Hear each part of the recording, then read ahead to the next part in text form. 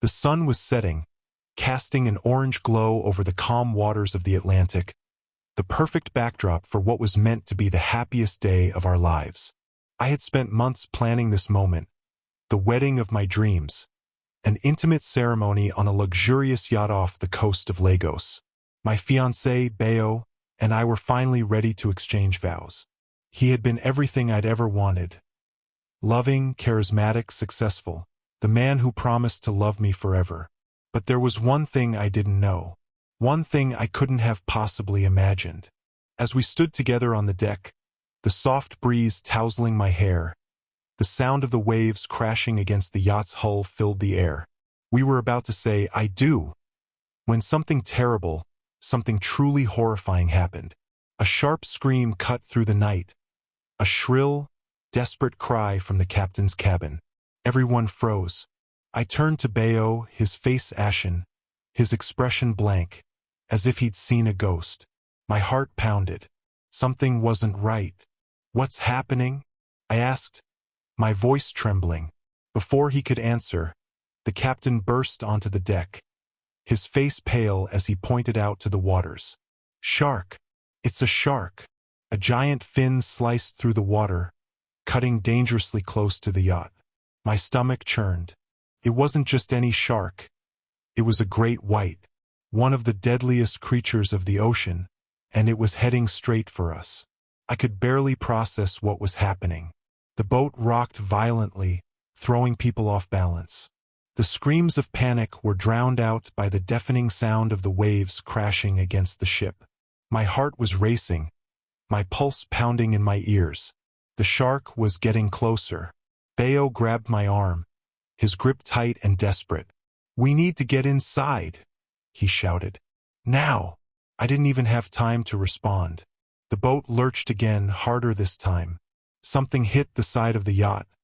A massive thud, and then the scream started. Someone was in the water. I looked down, heart sinking, as a figure splashed helplessly, struggling against the pull of the ocean. The captain was shouting orders, but the terror in his voice was unmistakable. "Everyone, below deck, now!" In that moment I couldn't move. My eyes were fixed on the water where the shark had just appeared again. Closer now, its giant body sliding through the waves like an unstoppable force. It circled us like it was sizing us up. My breath hitched. It was no longer about a wedding or a celebration. This was about survival. I wanted to scream, to cry, but my body wouldn't respond. And then, just as I thought I was going to pass out, I felt Bayo's hand pull me away, dragging me toward the cabin. But I couldn't stop thinking about one thing. Why had we been targeted? Why had this happened on our wedding day of all days? Was this just a tragic coincidence? Or was there something deeper behind the deadly predator lurking in the water? What would you do if your wedding day turned into a fight for survival? Subscribe to this channel. Hit the like button and turn on the notifications button for more interesting stories like this. Comment below where you're watching from. The lights inside the cabin flickered as Bayo and I stumbled through the door, my heart still hammering in my chest. The air was thick with panic. The crew members rushed to secure the doors, locking them against the raging storm outside. But this storm wasn't just in the sky. It was in all of us, a wild, collective fear that gripped the entire yacht. "Is it gone?" I asked, my voice barely a whisper. Bayo didn't answer right away. He was too busy pacing back and forth, his mind clearly elsewhere. It was as though the terror we had just witnessed had already begun to crack something within him. His usual calm demeanor was shattered. The sounds of frantic whispers and footsteps echoed from the hallway outside the cabin. The crew was scrambling, trying to reassure guests, trying to do damage control. But everyone knew this wasn't just a small scare. Something wasn't right. I turned to Bayo. "Why didn't you tell me you had a run-in with a shark before?" His face froze. His lips parted as though he were about to speak, but no words came out. I didn't have to ask him twice. The truth was staring me in the face. There was more to the shark attack than just bad luck. A memory flashed in my mind, something I had almost forgotten. The story Bayo had once told me about his childhood. A story about a fishing expedition gone wrong when he was a boy. How he had once been lost at sea, barely escaping the jaws of a shark. I'd never thought much of it before, assuming it was just an old, harmless tale. But now, something in his eyes told me that wasn't the case. I felt my stomach twist. "What aren't you telling me, Bayo?" I asked again, this time firmer. Bayo's eyes flicked toward the door. He hesitated before taking a deep breath. "There's something you don't know about the ocean. Something I've been hiding from you." I could feel the air grow colder around me as he continued. "This shark, it's not a coincidence. I've been dealing with it for a while now. It's not just any shark. It's something personal." Before I could process what he was saying, a loud banging noise shook the cabin. We both froze, every muscle tensed. There was no mistaking the sound now. A body was being thrown against the side of the yacht, slamming into it with a horrifying force. I jumped back, my heart racing again. The sound was too real, too terrifying. Someone or something was being pulled underwater. The yacht rocked violently, and I thought I saw the shark's fins slicing through the water again. But this time it was closer. Too close. "What is happening?" I gasped, clutching Bayo's arm. He didn't respond. His face had gone ashen. His eyes were wide with fear, and for the first time since I'd met him, I saw Bayo in a new light. Not the confident man I'd fallen for, but someone running from something far darker. "I didn't want this," he whispered. "I didn't want you to find out." There was a knock on the door, and then the voice of the captain came through. "We need to talk. Now." Bayo's eyes shifted nervously. He opened the door a crack, his hand shaking. The captain's voice was low, filled with urgency. "The shark, it's not just hunting for food." My heart skipped a beat. I could feel the tension in the air thicken. I had no idea what was going on, but I knew it was far worse than I could have ever imagined. There were dark forces at work here, and I was caught right in the middle of it. The captain stepped inside, his eyes darting between Bayo and me. He was a tall man with a weathered face, his uniform disheveled from the chaos. There was a sense of urgency in his movements, and the moment he shut the door behind him, I knew something serious was about to be revealed. "Bayo, we don't have time," the captain said, his voice tight. "The shark isn't the worst of it. We've got to get to the island now." I blinked, trying to process the words. "What island? What are you talking about?" Bayo's face had drained of color. He looked at me, his gaze full of guilt and fear, and for the first time, I saw the weight of something heavy that he'd been carrying for years. "There's no time to explain everything, Kemi," he began, using my full name for the first time in weeks. "But the shark, it's not just hunting us. It's been sent." I shook my head, my confusion mounting. "Sent? By who? Why?" Bayo opened his mouth to respond, but the captain interrupted, cutting him off. "It's not about who sent it. It's about what they want. If we don't reach the island and dock there, we might not make it out alive." I stood there, frozen. My mind was a blur, racing to make sense of the pieces. The shark hunting us. Bayo's strange behavior, his evasions, his past. And now, the captain talking about an island. The panic from moments earlier surged again, but I fought to stay calm. "What island, Captain?" I asked, my voice trembling with a mix of fear and disbelief. "The closest landmass is about an hour away," he said, glancing at his watch. "It's remote. No one knows about it, but it's where we have to go to escape this. If we don't, we'll be sitting ducks." A chill ran down my spine. Escape? Escape from what exactly? The shark? Why is it following us? I demanded, my voice rising. This didn't feel real. This couldn't be happening. Bayo took a step closer to me, his eyes desperate. "It's not just about the shark, Kemi. There are people who've been tracking me, tracking us." The air grew heavier. The walls of the small cabin seemed to close in.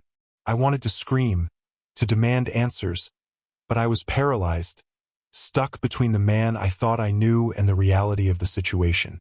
The captain nodded gravely, then looked at Bayo. "We need to leave now." Bayo grabbed my hand, pulling me toward the door. My mind was racing. How could this be happening?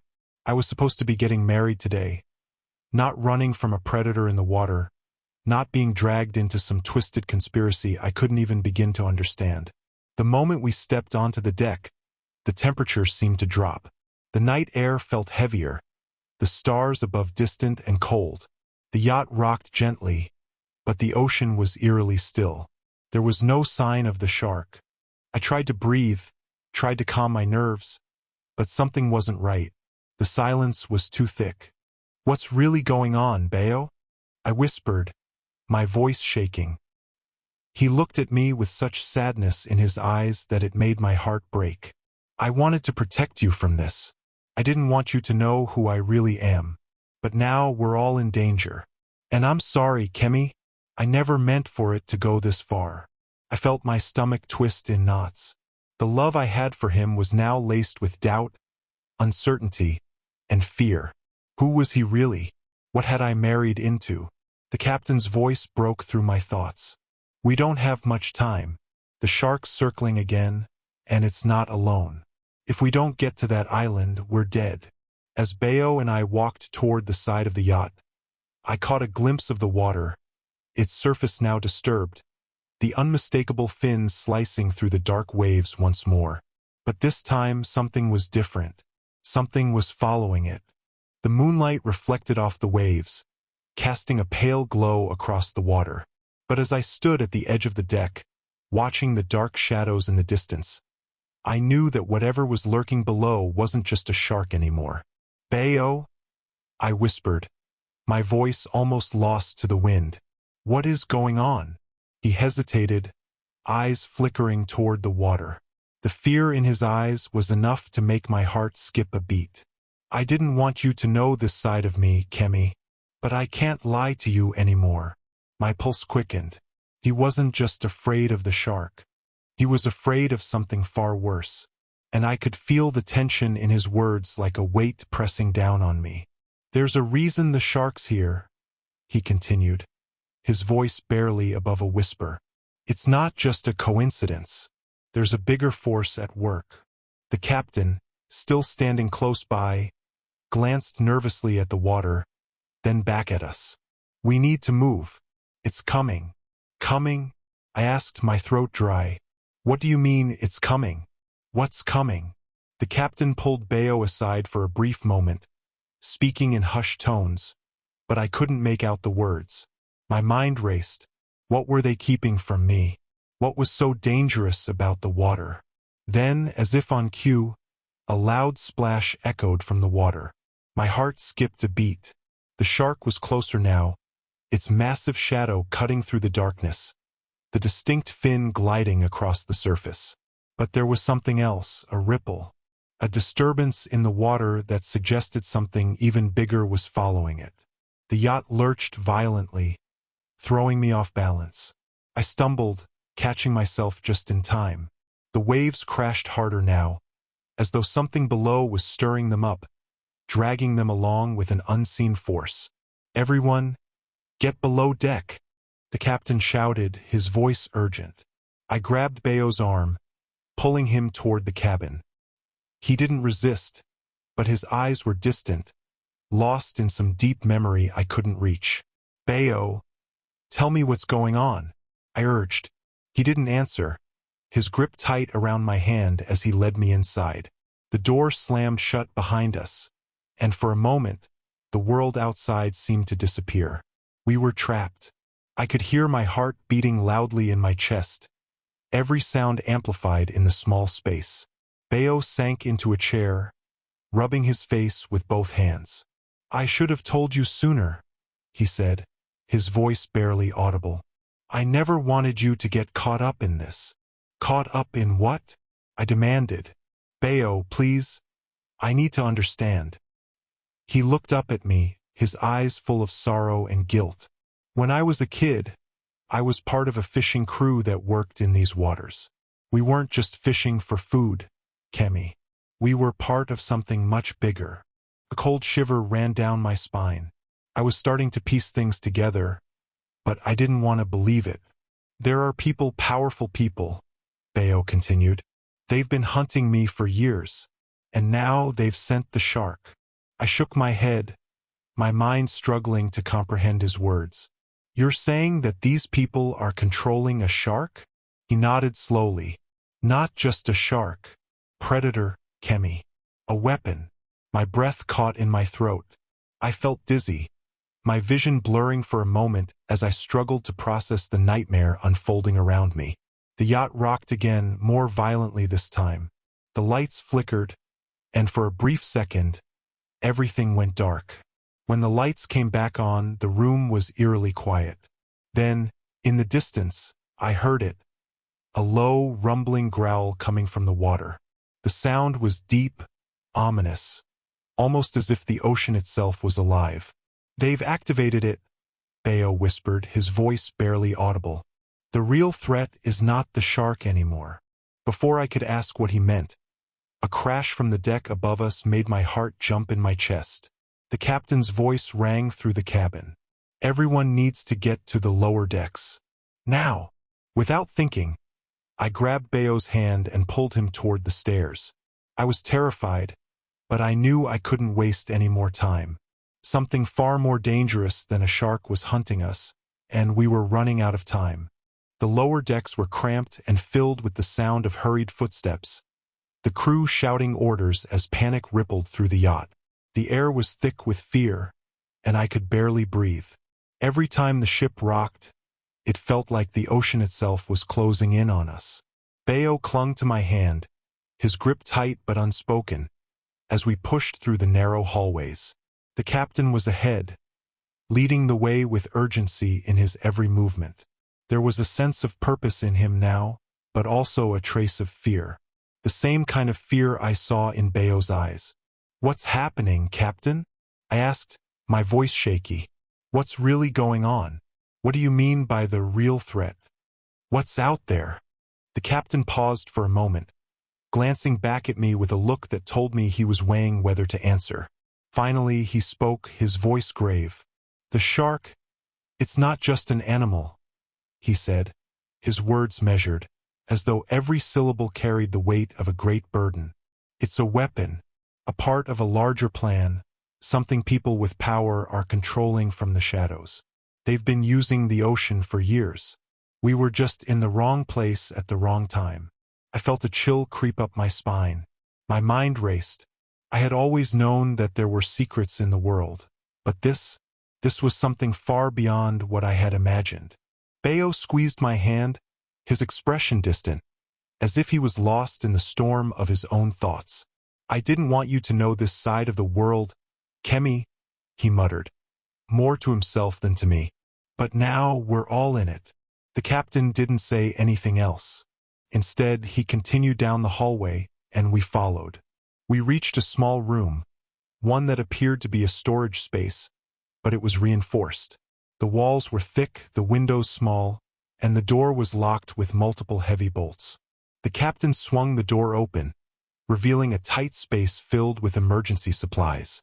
But what caught my eye was the large computer screen in the corner, which was displaying a map of the ocean. Red dots marked specific locations along the coast, and one of them was blinking rapidly. That's where the shark is now, the captain said, pointing to the blinking red dot. And it's not the only one. There's more. They've been tracking us. My stomach sank. There were more sharks? Or was it something else? I glanced at Bayo, my thoughts spiraling. He had to know more than he was letting on. I turned to Bayo, my voice trembling. What does this all mean, Bayo? What do you know about these people, and why are they after us? He hesitated for a moment, then sighed. It's a secret society. They've been using technology to control the sea, creating weapons from the creatures within it. They've used sharks, whales, and even deep-sea predators. The idea was to create an army of oceanic creatures to control the waters. And I was a part of it. My father, He was involved in the early experiments. I stared at him, disbelief washing over me. You mean to tell me that your father helped create this? Bayo nodded slowly, his expression heavy. Yes, but after he died, I tried to break away from them. I didn't want to be a part of it anymore. I wanted to live a normal life with you, Kemi. But they don't let go so easily. They've been hunting me for years, and now, they're using the sharks to finish what they started. I felt my world tilt. Everything I thought I knew about Bayo, everything I had believed, it was all crumbling. But before I could respond, a loud crash echoed from above. A moment of eerie silence followed. Then, a deep, rumbling growl resonated from beneath the ship, the kind of growl that made the air vibrate. The walls shook, and I could feel the yacht tilting to one side. Something was coming. I looked around, panic rising in my chest. The captain was already moving, his hands flying across a control panel, but I could see the fear in his eyes. "They've found us," the captain muttered, his voice almost drowned out by the growl from below. "We need to get off this boat now, before it's too late." I grabbed Bayo's arm, my mind whirling. This was no longer about a wedding, no longer about a dream that had turned into a nightmare. We were being hunted by something far beyond our comprehension. And the real danger was just beginning. The growl from the depths of the ocean grew louder, a rumbling that seemed to shake the very foundation of the yacht. I could feel the ship lurch again, the vibrations sending a shiver through my spine. The captain cursed under his breath, frantically tapping buttons on the control panel, but the screen only flickered in response, showing the blinking red dot on the map. Getting closer. "We're running out of time," he muttered. "This thing's coming for us." Bayo's grip tightened around my hand. "We need to get to the lifeboats," he said, his voice steady despite the fear etched in his face. "It's the only way we'll survive." I nodded, my heart pounding in my chest. The lifeboats, it seemed like the only escape now.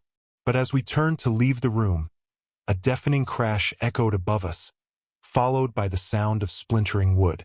The boat tilted sharply to one side, sending us stumbling toward the wall. "We're not getting out that way," the captain growled, his face grim. "They've breached the hull. The shark's not alone. There's something else, something worse." The room seemed to close in on me. My breath came in short gasps. The reality of the situation was settling in. There was no escaping this nightmare. Not without answers. Not without understanding what we were up against. Something worse. I repeated, my voice barely a whisper. Bayo turned to me, his eyes filled with regret and fear. "Kemi, there's something you don't know about this place, about me.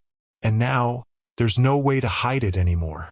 I could feel the walls of the cabin pressing in, the weight of his words suffocating me.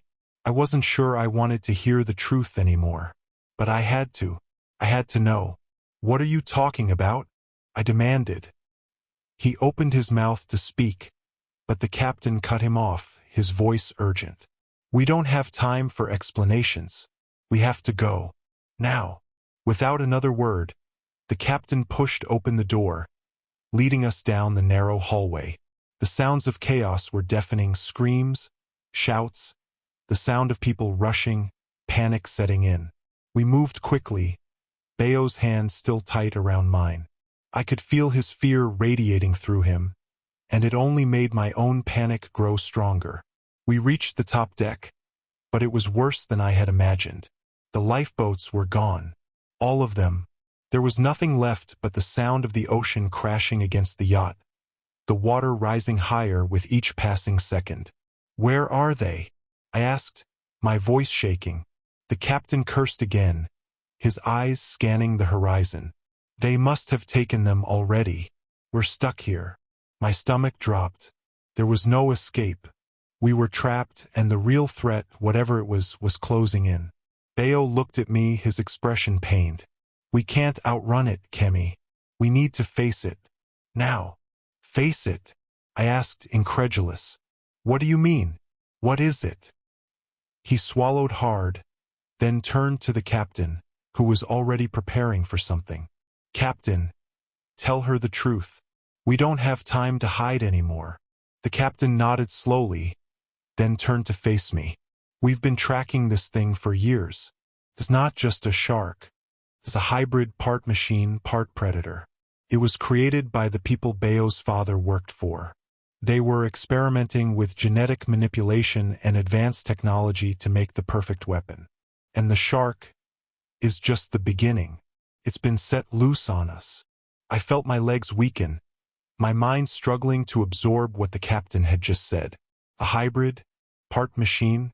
What kind of twisted experiment had they been involved in? And why had Bayo never told me any of this?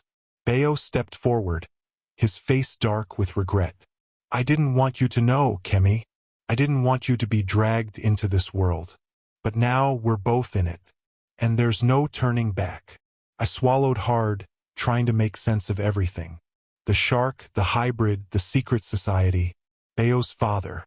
It was all too much. The captain shook his head, his eyes fierce. "We don't have much time. We need to get below deck and figure out a plan before it's too late." We turned to move back inside, but before we could take a step, a massive crash echoed from above. The yacht jolted violently, the force almost throwing us to the ground. The growl from earlier was back, louder now, as if it was right beneath us, preparing to strike.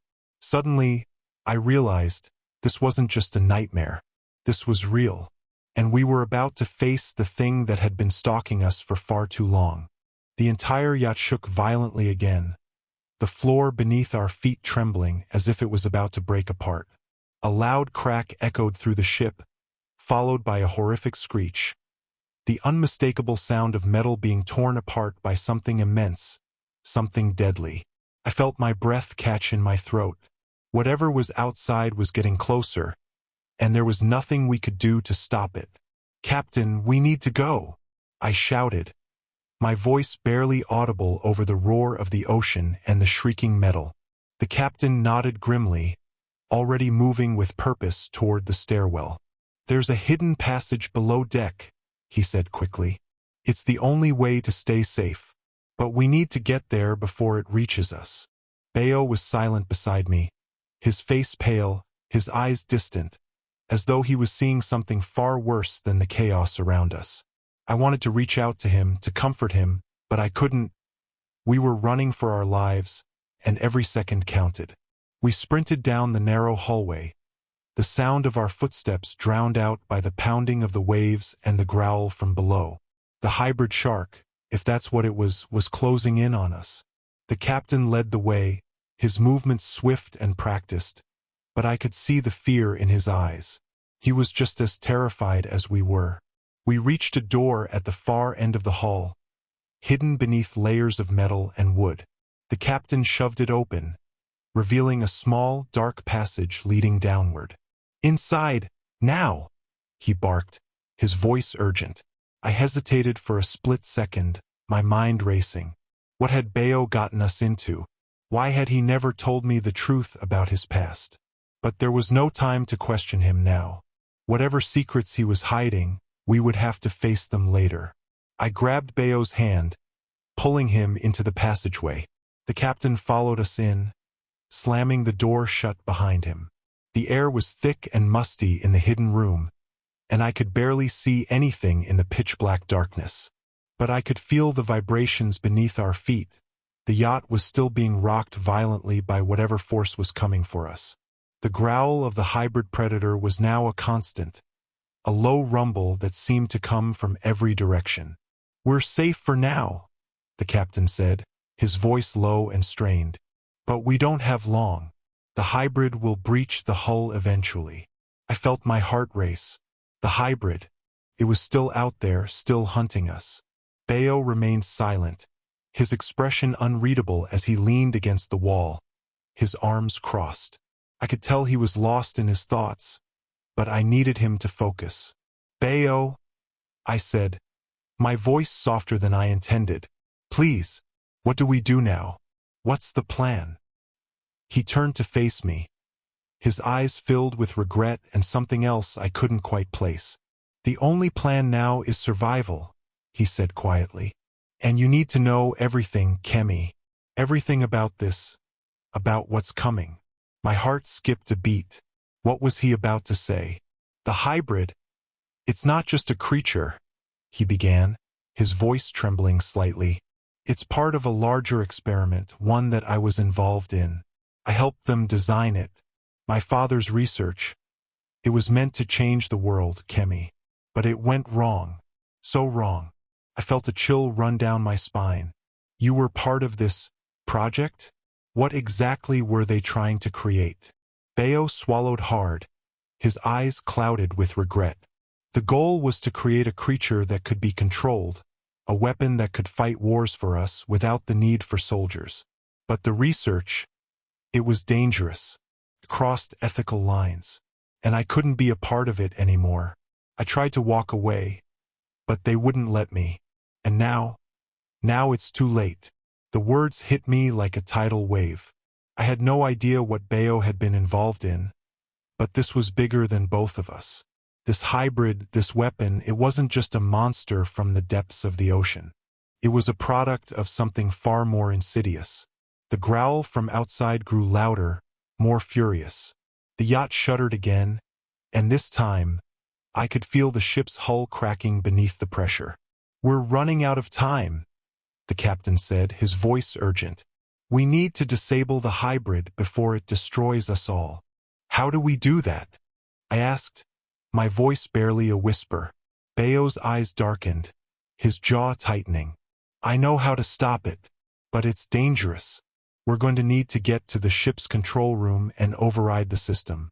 If I can upload a virus into its system, we can shut it down." A virus?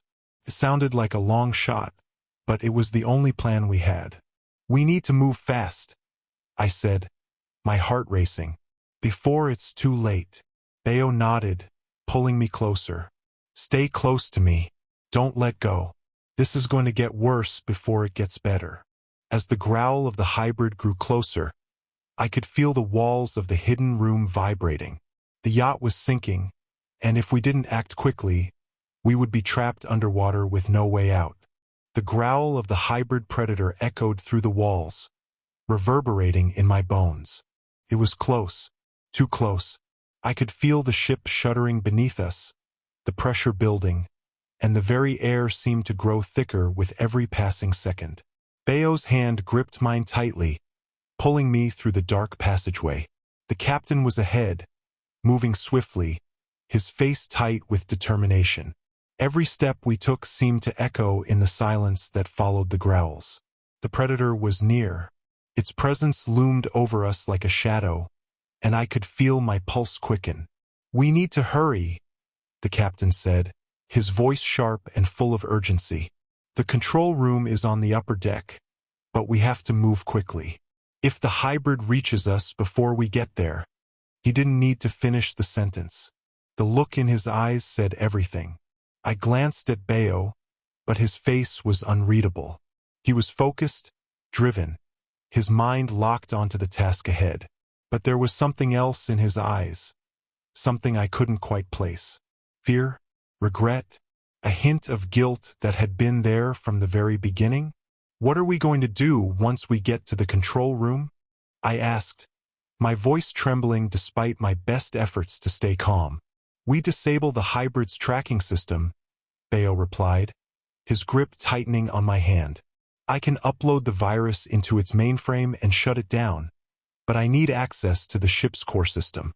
Without that, it won't work." The air grew colder as we moved. The yacht rocked violently again, the sound of something scraping against its hull filling the silence. I looked around, but the darkness felt oppressive. The hybrid, whatever it was hunting us, stalking us, and I had no idea what we would find when we reached the control room. We reached the stairwell that led to the upper deck, and the captain ushered us forward. "Stay close," he warned. "It's too risky up there. If the hybrid sees us." Suddenly, there was a deafening crash from above. I froze, my heart in my throat. The sound was like the boat itself was being torn apart. "Move!" the captain shouted, his voice full of panic. He sprinted ahead, but I hesitated for a moment, looking to Bayo for some reassurance. But all I saw was the same fear that had been growing in him ever since we boarded this doomed ship. "We need to keep moving," Bayo said, pulling me forward. "I know you're scared, Kemi, but we don't have time for fear. Not now." I nodded, trying to steady my breath. I had to trust him. He knew this system. He knew what needed to be done. And somehow he had to stop the hybrid before it was too late. We reached the control room, and the door slammed open. I stumbled inside, my breath ragged, and froze. The room was exactly as I imagined it. Sleek, cold, and full of blinking lights and high-tech monitors. But the walls were shaking, and the lights flickered above us. The hybrid was close. It was getting closer. Bayo rushed to the main console, his fingers flying over the keyboard, entering commands at lightning speed. I watched as he worked, every movement calculated, every keystroke deliberate. But the tension in the room was unbearable. I could feel the heat rising, the pressure building. Felt like the entire yacht was about to implode. "There!" Bayo shouted, his voice filled with a rush of relief. "I've got it." The captain moved to stand beside him, his eyes scanning the screen. "Are you sure?" "I'm sure," Bayo replied, his voice firm. "We can stop it now." The ship rocked again, the growl from the depths of the ocean more terrifying than ever. The hybrid was almost upon us. But just as I thought we might be able to breathe again, the entire room went dark. I froze. The sudden silence was deafening. "Bayo?" I whispered, my voice barely a breath. "What happened?" The sound of the hybrid's growl echoed, louder now, almost deafening. The yacht shuddered violently, and I could feel it tilting at an impossible angle. We were sinking. "We're out of time," Bayo muttered, slamming his hands against the controls in frustration. "The system's being overridden. It's too late." I felt my heart drop into my stomach. What did that mean? It meant we were out of options. The hybrid, the thing that had been hunting us, was now in control and we were trapped. I reached out for Bayo, grabbing his arm. "We have to do something. We can't just..."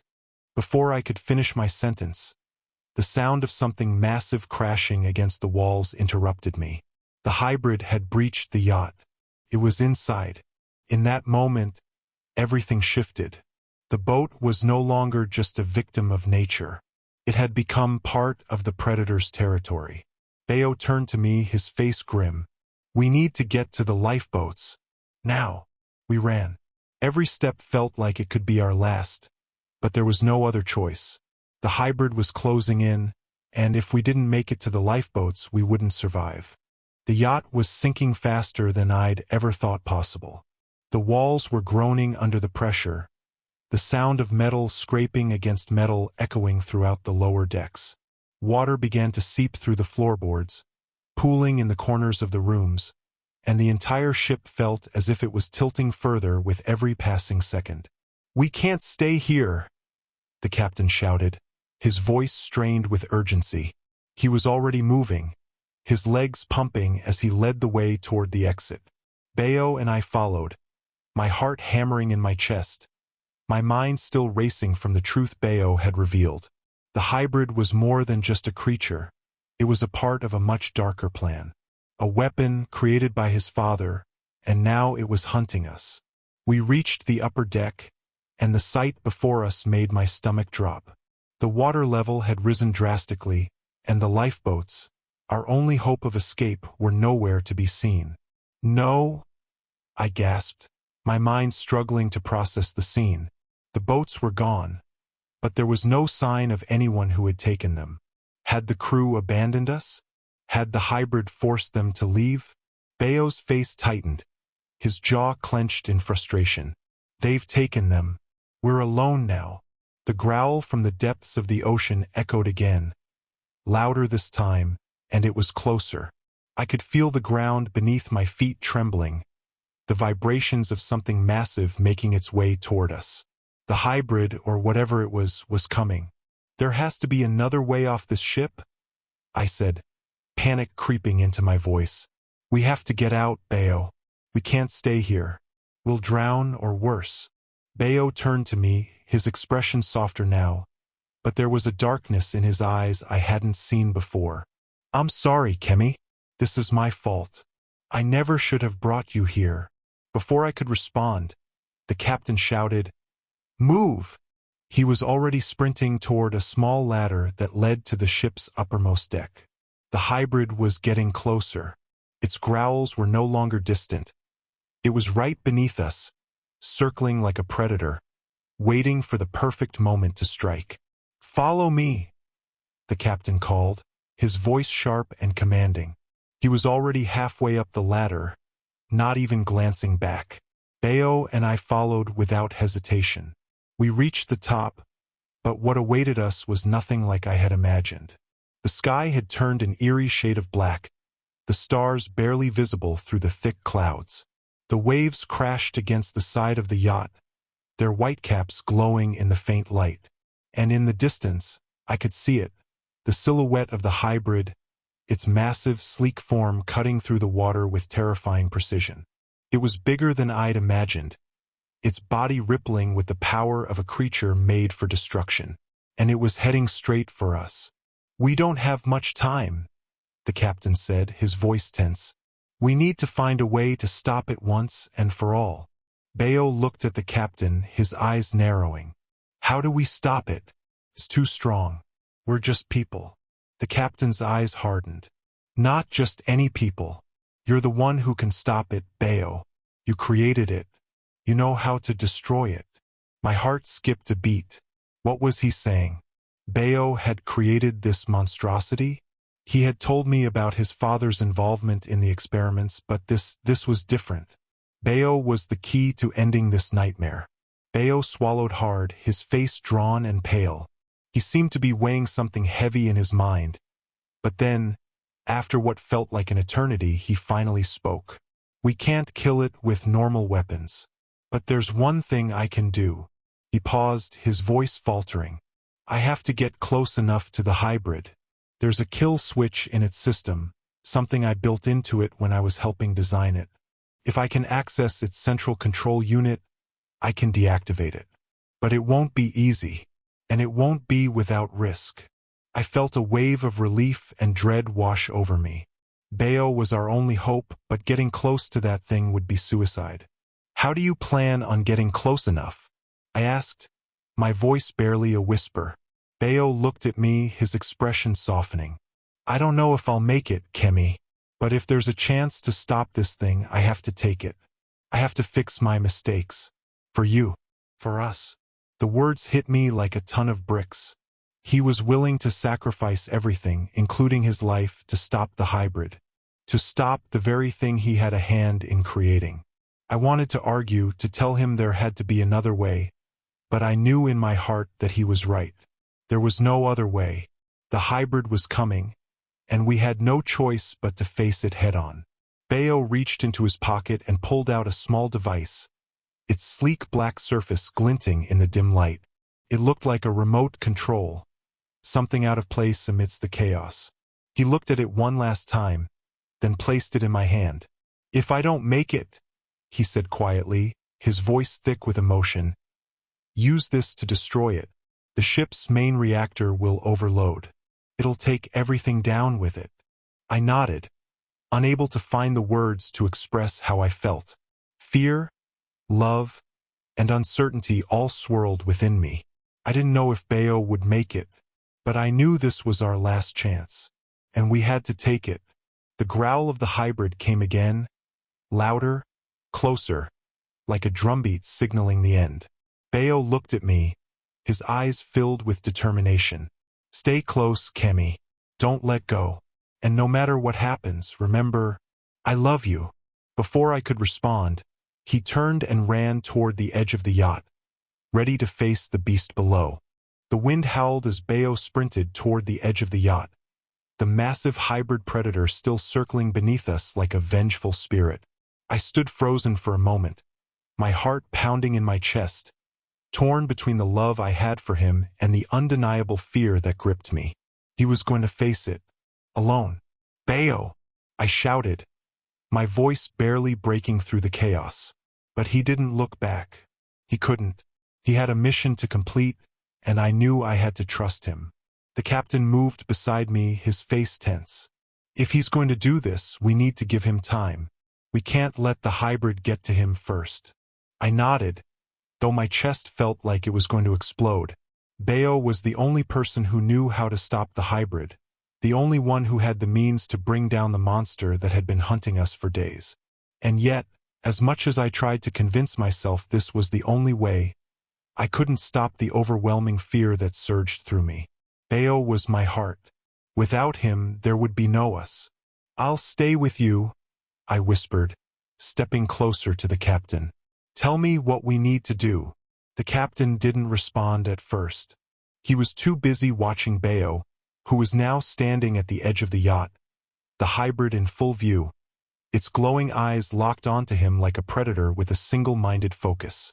The water around it churned with unnatural energy, waves slamming into the side of the ship with a violent force.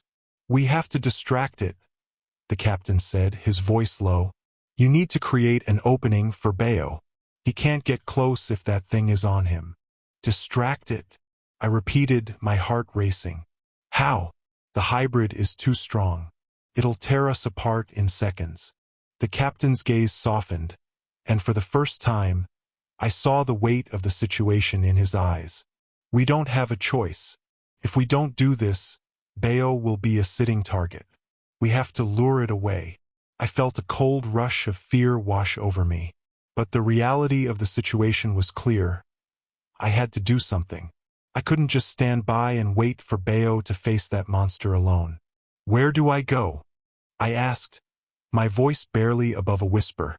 The captain gave me a grim look. "Head to the lower deck. There's a hatch that leads to the ship's rudder. If you can get the hybrid's attention long enough, Bayo might be able to make his move." The thought of facing that creature again sent a wave of nausea through me. But Bayo needed me, and I wasn't going to let him down. I turned and ran, my feet pounding against the soaked floor as I made my way toward the lower deck. The yacht tilted again, more violently this time, and I almost lost my balance. The ship was sinking faster now. We didn't have much time. When I reached the hatch, I pulled it open with trembling hands, the darkness inside swallowing me whole. I descended into the bowels of the ship, my heart hammering in my chest. The growl of the hybrid echoed from above, and I could hear the sound of water rushing in. The yacht was collapsing around us. It was only a matter of time before the entire ship was lost to the ocean. I reached the rudder and hesitated, knowing that what I was about to do could make the difference between life and death. I had to be fast. I had to draw the hybrid's attention long enough for Bayo to get to the control panel. My hands fumbled with the system's controls, trying to make sense of the ship's complex machinery. I could hear the hybrid growling above, its massive body crashing against the hull. The walls of the ship groaned under the strain. I pushed the buttons, hoping it would work, hoping it would draw the hybrid away.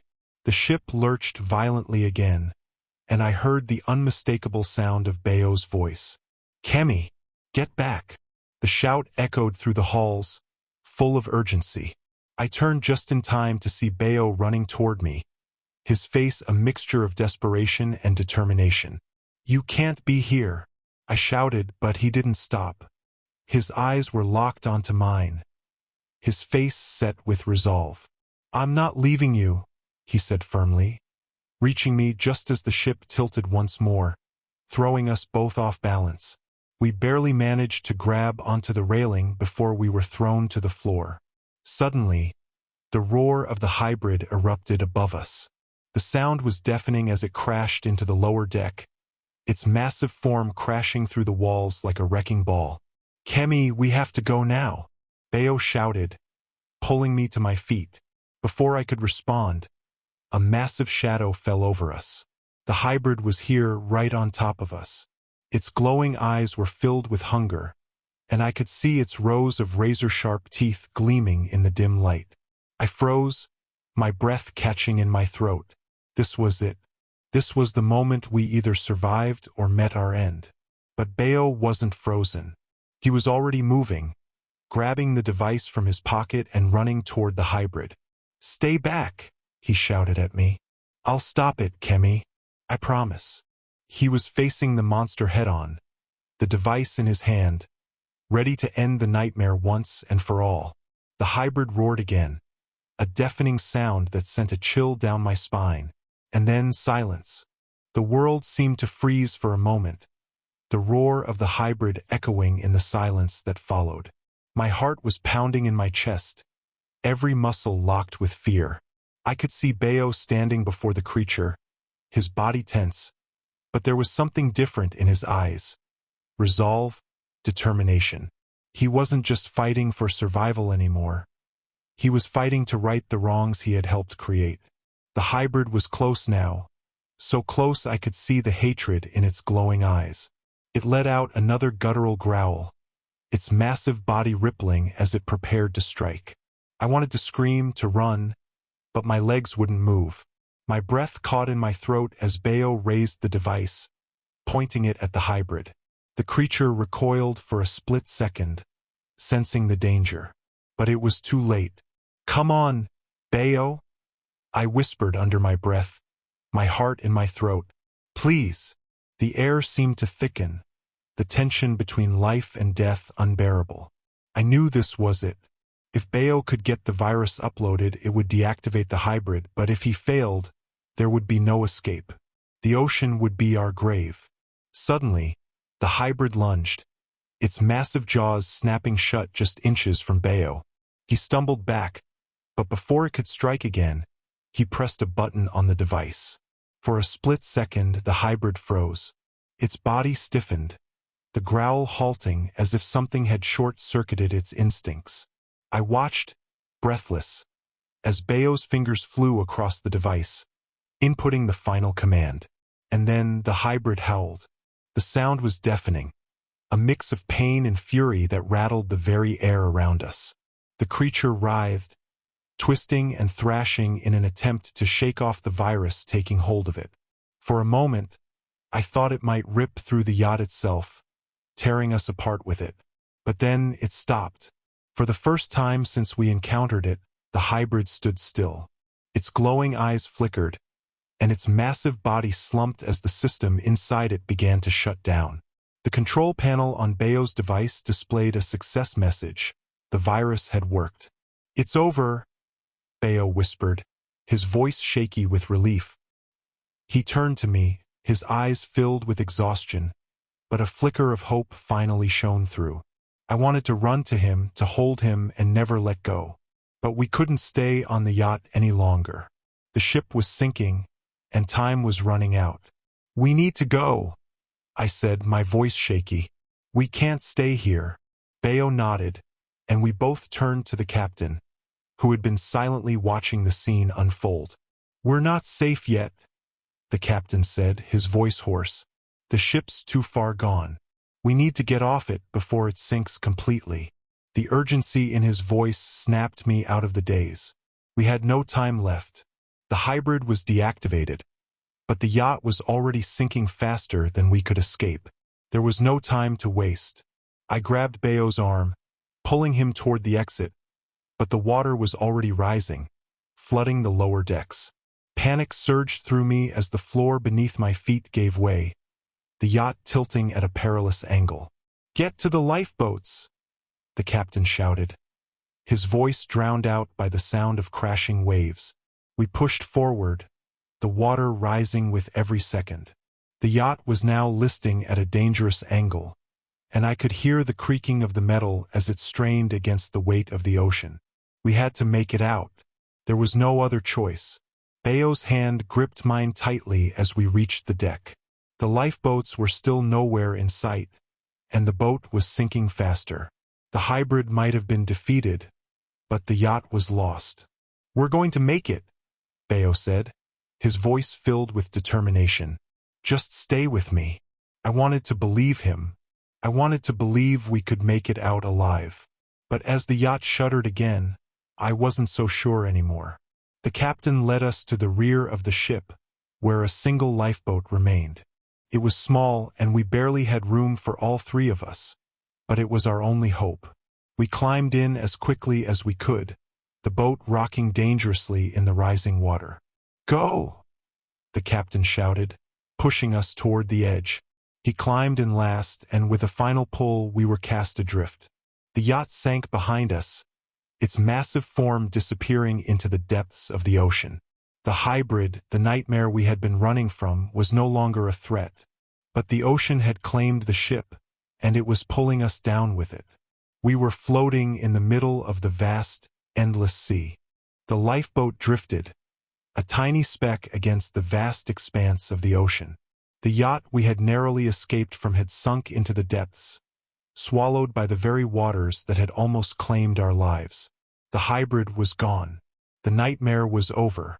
But even as the immediate danger receded, an unsettling silence filled the air, the kind that only comes after surviving something unspeakable. I sat next to Bayo, my hand still tightly holding his. His fingers were cold, his body exhausted from the ordeal.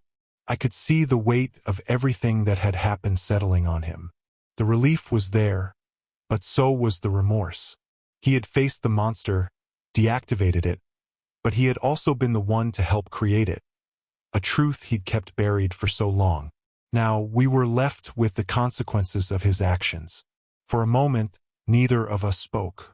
The ocean stretched endlessly in every direction, the horizon a distant line where the sea met the sky. It felt like we were the only two people left in the world, stranded between life and death, caught in the aftermath of a battle we hadn't chosen but had no way of escaping. Finally, Bayo broke the silence, his voice low, thick with emotion. "I didn't want you to know any of this, Kemi," he said, his gaze still focused on the horizon. "I thought I could protect you, but the truth is, I wasn't strong enough. I couldn't stop it before it started." I squeezed his hand tighter, my heart aching for him. "You stopped it, Bayo. You stopped it before it could hurt anyone else. That's what matters. You fixed it.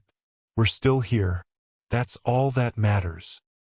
He looked at me then, his eyes filled with a mixture of relief and regret. "I don't know how to forgive myself for what I've done, for what my father and I created. But I'll spend the rest of my life trying to make it right, Kemi. I promise you that." I smiled softly, a tear escaping down my cheek. "We don't have to have all the answers right now. We survived. We're here. Together." Bayo leaned forward, pressing his forehead against mine, his breath shaky but filled with warmth. "I don't deserve you. After everything, I don't deserve you, Kemi." "You're wrong," I whispered. "You've always deserved me, and I've always deserved you. You didn't choose what happened, Bayo, but you chose to fight. For us, and that's all I'll ever need." We sat there for a while longer, the world around us peaceful for the first time in days. The lifeboat continued to drift, its small form barely visible in the endless ocean. But we were no longer afraid. We had faced the unthinkable and lived to tell the tale.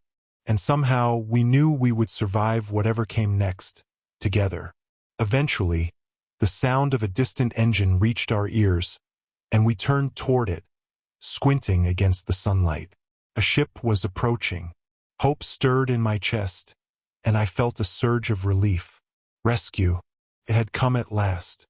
Bayo and I stood up, waving our arms, and the ship altered course, heading straight for us.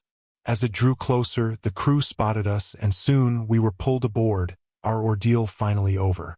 The captain of the rescue ship looked at us with wide eyes, disbelief written all over his face. "What happened to you two?" he asked, his voice filled with awe. Bayo's eyes met mine, and for the first time in what felt like forever, we shared a quiet laugh. The tension that had plagued us for so long melted away in that moment. "We survived," Bayo said simply, his voice filled with quiet pride. The captain nodded slowly, clearly unsure of what else to say. But I didn't need words anymore. We had made it. And in that moment, I knew that no matter what lay ahead, we had each other. And that was all that mattered. What do you think will happen to Bayo and Kemi now? Will they finally find peace? Let me know your thoughts in the comments. Don't forget to like, share, and subscribe for more heart-pounding adventures like this one. Thank you for following their journey. This story has come to an end, but new ones are always on the horizon.